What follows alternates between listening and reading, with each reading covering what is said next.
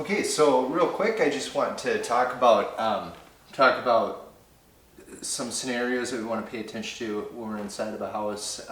Fingerprints, dog nose prints. When we enter people's homes, something to pay attention to is whether or not they have a dog or they have small children.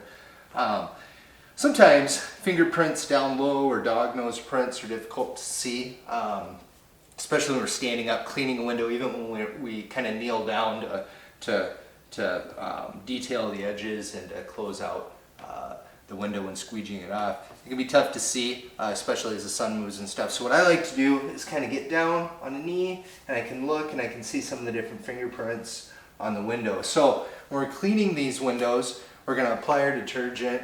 And one thing that I found to really help is to use a scrub pad on sliding glass doors, around the door handle, basically from about the midsection down, to use a scrub pad to make sure that we pick up any of these fingerprints or dog nose prints, things of that nature.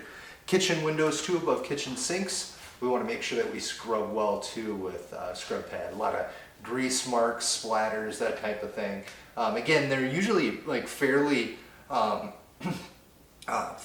faint or transparent, so they can be tough to see, but scrubbing them well makes a big difference. Lastly, got my sea sponge here, of course, on top of my towel here on the floor. I oftentimes will set it down on rugs if they're around. It's just an extra measure we take to show the client that we care about their home. Bringing in a towel to set this dirty sponge on that we use for cleaning sills. The track in a sliding door. This area collects a lot of dog hair, dust, dirt, that type of thing. They don't have to be perfect, but on our routine window cleaning, I like to see using the sea sponge or at least a wet towel to reach in there and wipe that sill. So what I'll do with my sponge is just get down, kind of smush it down in there, and go back and forth with it. And you can just see all the different dirt that it picks up in these little holes in the sponge. It's really nice. And then I'll set that back down in my towel.